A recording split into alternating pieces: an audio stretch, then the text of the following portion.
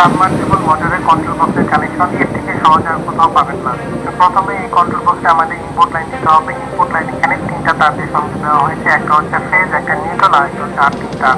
এখানে হলুদের সাথে যে সবুজ তার আছে এটা হচ্ছে আর্থিং তার, এবং আর্থিং তার একটা খালি কানেক্টরের সাথে সংযোগ দেওয়া হয়েছে যেটা আসলে কোনো ভ্যালু নাই।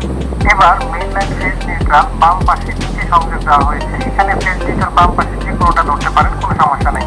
এই ফেজ নিউট্রাল কানেক্টরের নিচের প্রান্তে সংযোগ হয়ে একদম সরাসরি চলে গেছে সুইচের উপরের প্রান্তে। সুইচের উপরের প্রান্তে ফেজ এবং নিউট্রাল আছে, এবং নিচেও কিন্তু ফেজ এবং নিউট্রাল আছে। সুইচের নিচ থেকে ফেজ নিউট্রাল রাগ করে আলাদা হয়ে গেছে, অর্থাৎ ফেজ একদিকে চলে গেছে, নিউট্রাল একদিকে চলে গেছে। এখানে সুইচের নিচে থেকে ফেজ কানেকশন চলে গেছে ক্যাপাসিটরের এক প্রান্তে, আর সুইচ থেকে অপর কানেকশন চলে গেছে ওভারলোড সুইচে। ওভারলোড থেকে চলে যাবে কানেক্টরে, কানেক্টর থেকে সরাসরি চলে গেছে মোটরের কমন তারে। সুইচ থেকে কালো তার যেটা ফেজ কানেকশন ক্যাপাসিটরের এক প্রান্তে ঢুকেছে, একই তার বা একই লাইন ব্লু তার হয়ে কানেক্টরে আবার চলে এসেছে। এই কানেক্টর থেকে আবার মোটরের রানিং কয়েলের সাথে সংযোগ হয়েছে। এবার দেখুন ক্যাপাসিটরের অপর প্রান্ত থেকে ব্রাউন বা বাদামি তার এই কানেকশনটি কানেক্টর হয়ে মোটরের স্টার্টিং কয়েলের সাথে সংযোগ হয়েছে।